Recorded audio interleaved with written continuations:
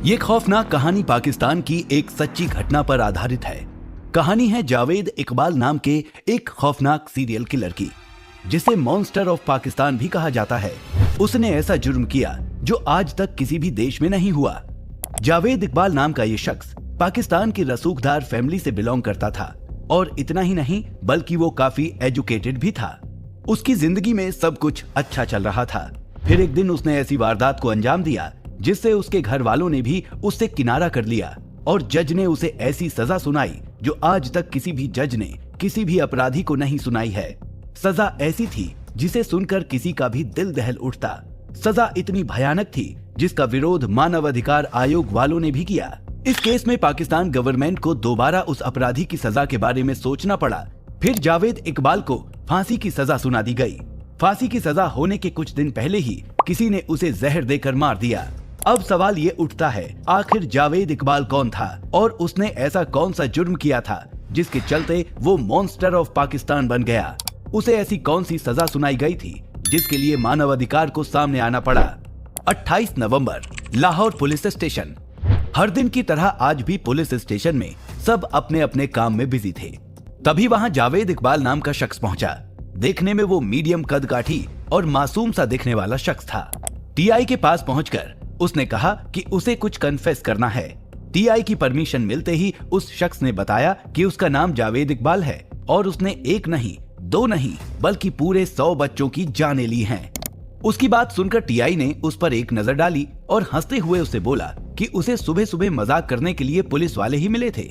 Police वाले ने उसे वहां से जाने को कहा, पर जावेद ने अपनी बात को आगे बढ़ाते हुए बताया कि वो झूठ नहीं बोल रहा है।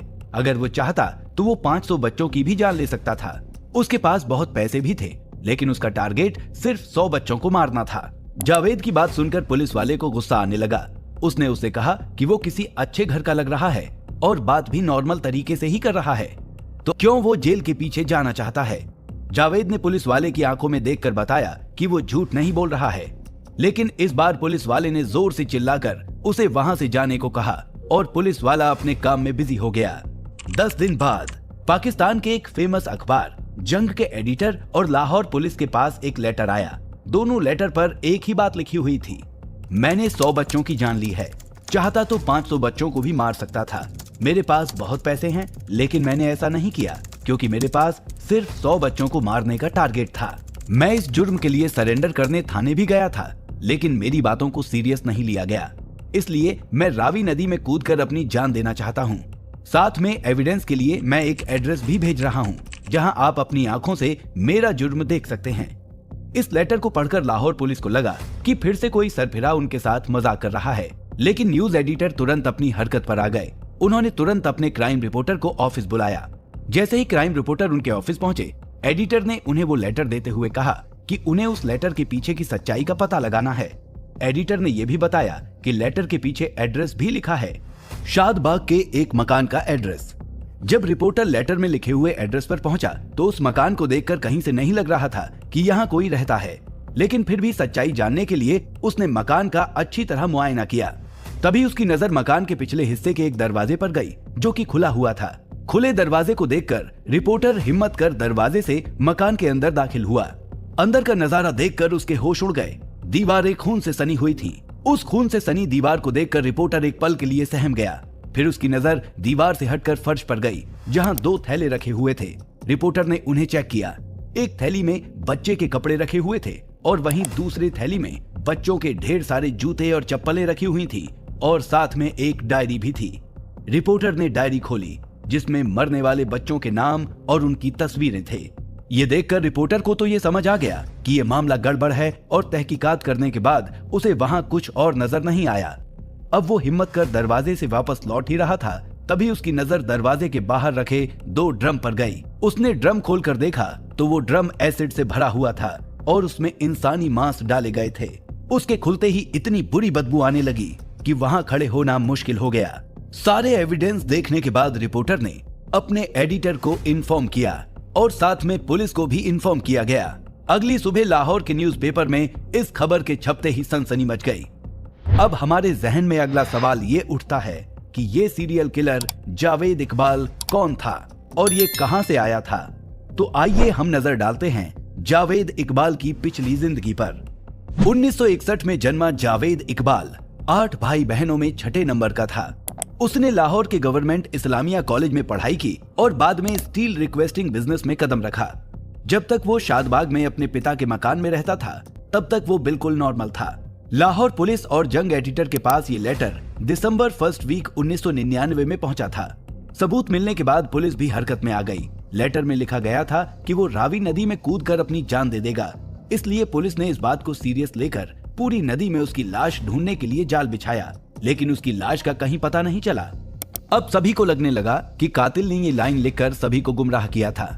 लेकिन सबके जहन में एक और सवाल था कि अगर कातिल का इरादा गुमराह करने का होता तो फिर वो खुद लेटर लिखकर अपने जुर्म के बारे में क्यों बताता। जावेद इकबाल की गुत्थी हर दिन उलझते जा रही थी।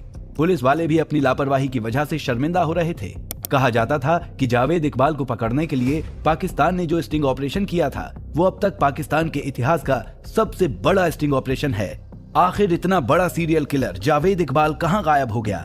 क्या वो पुलिस के गिरफ्त में आया या फिर वो किसी बड़े जुर्म को अंजाम देने की ताक में बैठा हुआ था?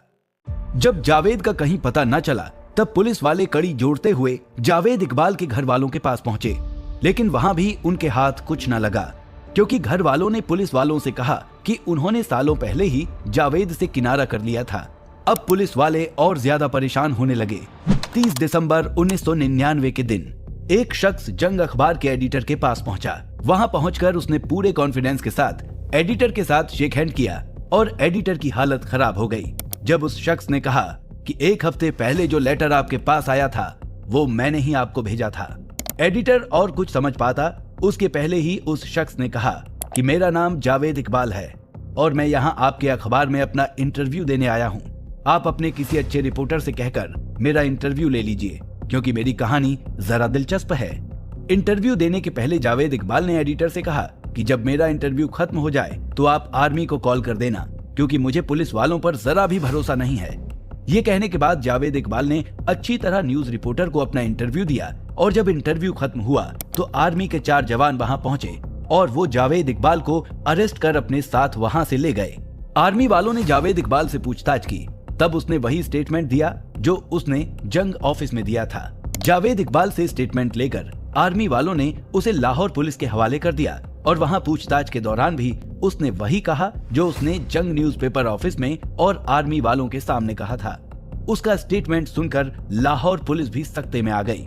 उसने कहा कि जब वो 17 साल का था तब उसके किसी पड़ोसी ने उस पर एक छोटे बच्चे के साथ यौन शोषण करने का झूठा आरोप लगाया था, जिससे उस बच्चे के माता पिता ने पुलिस कंप्लेंट कर दी। जावेद की एक न सुनी गई। उसे पुलिस ने थाने में बंद कर दिया और वहां उसकी बहुत पिटाई की गई। उस दौरान घर के सारे सदस्यों ने उससे किनारा कर लिया, लेकिन जावेद की माँ जो उसे बहुत प्यार करती थी वो हर दिन उससे मिलने आया करती थी और हर दिन अपने बेटे के लिए रोती थी। फिर सुनवाई के बाद जावेद इकबाल को जेल में बंद कर दिया गया और वहां पर भी उसकी माँ उससे मिलकर रोती थी। अपनी माँ को रोते देखकर जावेद को बहुत तकलीफ पहुंचती थी। कुछ दिन बाद उसकी माँ का इंतकाल हो गया और उस दिन जावेद ने ठान लिया कि जेल से निकलकर वो 100 माँओं को रुलाएगा। हर माँ की जान उसके बच्चे में बसती है, इसलिए वो 100 माँओं के बच्चों की जान लेगा। आखिर जावेद इकबाल ने इतने सारे बच्चों को अपने जाल में किस तरह फंसाया? क्या वो उन बच्चों को पहले से जानता था या फिर जावेद ने उन्हें अपने पास बुलाने के लिए कोई तरकीब अपनाई थी? जब जावेद इकबाल जेल से बाहर निकला तब उसने लाहौर के एक पॉश इलाके में वीडियो गेम पार्लर खोला। उस वक्त बच्चों के बीच ये खेल बहुत फेमस था। जाहिर सी बात है कि अपने पड़ोस में वीडियो पार्लर खुलने के बाद उस इलाके के ढेर सारे बच्चे वहां जाने लगे। इस बीच जावेद इकबाल ने बच्चों को नोटिस किया कि बच्चे किस घर से बिलोंग करते हैं। उन बच्चों को चेक करने के लिए एक ट्रिक अपनाई। एक दिन उसने 100 का नोट जमीन पर गिरा दिया और दूर बैठकर देखने लगा कि कौन बच्चा ये नोट उठाएगा। तभी एक बच्चे ने उसे उठाकर अपने जेब में रख लिया। बच्चों के घर वापसी के समय जावेद इकबाल ने सभी बच्चों से उस 100 के नोट के बारे में पूछा, लेकिन जब सब बच्चों ने इनकार किया तब वो उसी नोट उठाने वाले बच्चे को वीडियो गेम पार्लर से लगे हुए दूसरे कमरे में ले गया। उसने उस बच्चे के कपड़े उतारकर उसके साथ गलत हरकत की और उस बच्चे को अपना मुंह बंद रखने के लिए उसने 100 का नोट भी दे दिया। एक बार ये काम करने के बाद उसकी हिम्मत इतनी बढ़ गई कि अब वो हर दिन बच्चों के साथ यही करने लगा। इस बीच उसके जहन में कई बार ये ख्याल आया कि अब उसे अपनी माँ के आंसुओं का बदला लेना चाहिए। लेकिन उसे पुलिस का भी डर था, इसलिए उसने और वक्त बीतने का इंतजार किया। कुछ दिनों बाद उसके वीडियो गेम पार्लर में बच्चों ने अपने एग्जाम के चलते आना बंद कर दिया। अब जावेद ने अपना वीडियो गेम पार्लर बंद कर दिया। अब उसने उसी जगह पर एक्वेरियम खोला, क्योंकि उसे बच्चों का शिकार करना था और बच्चे भी रंग बिरंगी मछलियां देखने उसके एक्वेरियम आने लगे। वहां पर भी उसने वही 100 का नोट वाला काम शुरू कर दिया, लेकिन उसे अब कहीं न कहीं ये डर था कि इस जगह पर रहकर वो अपना टारगेट पूरा नहीं कर पाएगा। इसलिए उसने अपने एक्वेरियम में आने वाले गरीब बच्चों को टारगेट करना शुरू कर दिया। एक दिन उसने एक गरीब बच्चे को फुसलाया और उसे अपने आउटर साइड मकान में लेकर चला गया। वहां पहुंचकर उसने उस बच्चे के साथ गलत हरकत की और एक लोहे की चेन से उसका गला घोंटकर उसे मार दिया। उसे मारने के बाद उसने उसकी लाश के टुकड़े कर एसिड से भरे ड्रम में डाल दिया और उसका सारा सामान रावी नदी में बहा दिया। और बच्चे को मारने के बाद उसने डायरी में उस बच्चे का नाम और सीरियल नंबर लिखा। अब धीरे धीरे कर वो अपने एक्वेरियम में गरीब बच्चों का शिकार करने लगा। फिर कुछ दिन बाद उसने एक्वेरियम भी बंद कर दिया और वैसे बच्चों की तलाश करने लगा जो सड़कों पर रहा करते या दूसरे शहर से आया करते। उसने ऐसे बच्चों का शिकार किया। जब उसने 90 नंबर के बच्चे की जान ली, तब जावेद ने उस बच्चे का सामान नदी में नहीं डाला, क्योंकि वो पुलिस को प्रूफ देना चाहता था। इसलिए उसने बच्चों के कपड़े और जूते कलेक्ट करना शुरू कर दिया। जिस दिन उसने 100 नंबर के बच्चे की जान ली, उसी दिन उसने खुद को पुलिस के सामने सरेंडर करने का डिसीजन लिया। और जब पुलिस ने उसे अरेस्ट नहीं किया, तो उसने खुद लेटर लिखकर जंग न्यूज़पेपर के एडिटर को अपने इस रोंगटे खड़े कर देने वाले जुर्म की जानकारी दी। जावेद इकबाल के इस घिनौने काम में 4 लड़कों ने उसका साथ दिया था। उसके साथियों में एक लड़का सिर्फ 13 साल का था। जब उन सब की गिरफ्तारी हुई, तब एक लड़के ने सुनवाई के दौरान सुसाइड कर दिया था और कहा जाता है कि एक लड़का भीड़ के हत्थे चढ़ गया और भीड़ ने उसे पीट कर मार डाला। अब जावेद इकबाल के साथ साजिद नाम के शख्स को पाकिस्तान की सबसे खतरनाक जेल भेज दिया गया। जब ये दोनों जेल पहुंचे, तब वहां के कैदियों ने इनका जुर्म सुनकर इन्हें बहुत पीटा, जिसके बाद इन्हें अलग जेल में बंद कर दिया गया। इनकी सुनवाई के वक्त फैसला करने वाले जज, जिनका नाम अल्लाह बख्श था, वो इनके जुर्म सुनकर इतने परेशान हो गए कि आखिर में उन्होंने फैसला सुनाया कि जिस तरह इन्होंने 100 बच्चों का खून किया, उसी तरह इन दोनों को भी 100 बार फांसी होगी और इनके शरीर के 100 टुकड़े करके उन्हें एसिड में डाल दिया जाएगा। ये पाकिस्तान के इतिहास में पहला फैसला था जो फैसले की कठोरता को सोचे बिना सिर्फ गुनाह को बड़ी से बड़ी सजा देने के मकसद से लिया गया था, ताकि उन्हें अपने गुनाहों का अंदाजा हो सके। लेकिन जैसे ही उनका ये फैसला कई मीडिया न्यूज में दिखाया गया, तब ह्यूमन राइट एक्ट के तहत इस मामले का विरोध किया गया। मीडिया ने कहा कि इस तरह इंसानियत के खिलाफ जाकर कोई जज ऐसा फैसला नहीं दे सकता। फिर पाकिस्तान गवर्नमेंट ने बात संभालते हुए ये स्टेटमेंट दिया कि बच्चों के कत्ल का जिक्र सुनकर जज ने जज्बाती होकर ये फैसला सुना दिया होगा। फिर जज के इस फैसले पर फिर से विचार हुआ और आखिरकार जावेद इकबाल और उसके साथी को 8 अक्टूबर 2001 को दूसरे मुजरिमों की तरह फांसी की सजा सुना दी गई। लेकिन 9 अक्टूबर 2001 को जावेद इकबाल और उसके साथी की डेड बॉडी फांसी में लटकी मिली और उनकी बॉडी नीली पड़ चुकी थी। पहले तो ये बताया गया कि जावेद और उसके साथी ने अपने कुर्ते से फांसी का फंदा बनाया और अपनी जान ले ली।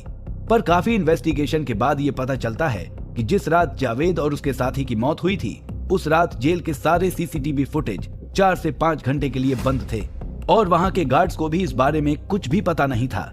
दोनों कैदियों का एक ही समय पर एक साथ इतने स्ट्रिक्ट निगरानी के बावजूद मौन हो जाना बस अपने साथ बहुत से सवाल लेकर आ गया था, जिसका जवाब आज तक नहीं मिल पाया है। इस इंसिडेंट के बाद सारे जेल के स्टाफ को सस्पेंड कर दिया गया। लोगों के हिसाब से ये मर्डर पुलिस और कैदियों की मिली भगत से सोच समझ कर किया गया था। तो ये थी पाकिस्तानी किलर जावेद इकबाल की जुर्म की कहानी, जिसने अपनी माँ के आंसुओं के बदले 100 माओं की गोद उजाड़ने की कसम खाई थी और अपनी कसम के मुताबिक जावेद ने 100 खून करने के बाद खुद को सरेंडर कर दिया।